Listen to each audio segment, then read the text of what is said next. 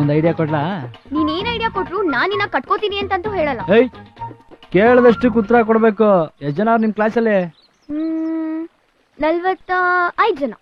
45 ಜನ.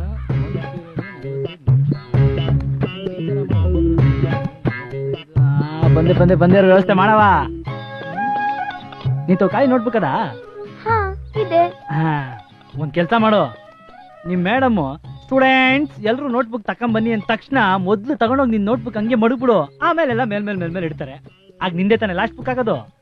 ಹೆಂಗೂ ನಿಮ್ ಟೀಚರು 45 ನಿಮಿಷಕ್ಕೆ ಎಲ್ಲ ಕರೆಕ್ಷನ್ ಮಾಡಕ್ ಸಾಧ್ಯನೇ ಇಲ್ಲ. ಮಿಕ್ಕಿದನ್ ಮನೆಗೆ ತಗೊಂಡೋಗ್ತಾರೆ. ನೀವ್ ಮನೆಗೆ ಹೋದ ತಕ್ಷಣ ರಾತ್ರಿ ಎಲ್ಲ ಕೂತ್ಕೊಂಡು ನೀಟಾಗಿ ಬರ್ದ್ಬಿಟ್ಟು ಬೆಳಗ್ಗೆ ಹೋಗಿ, ಮೇಡಮ್ ನಾನ್ ಮಿಸ್ ಆಗಿ ಇನ್ನೊಂದ್ ನೋಟ್ಬುಕ್ ಅಲ್ಲಿ ಇಟ್ಬಿಟ್ಟಿದೀನಿ ಅಂದ್ಬಿಟ್ಟು ಈ ನೋಟ್ಬುಕ್ ಅಲ್ಲಿ ಇಟ್ಬಿಟ್ಟು ಆ ನೋಟ್ಬುಕ್ ಅಲ್ಲಿ ತಕೊಂಡು ಸಾರಿ ಅನ್ಬಿಟ್ಟು ಅಲ್ಲಿ ಕಿಸ್ಬಿಡು.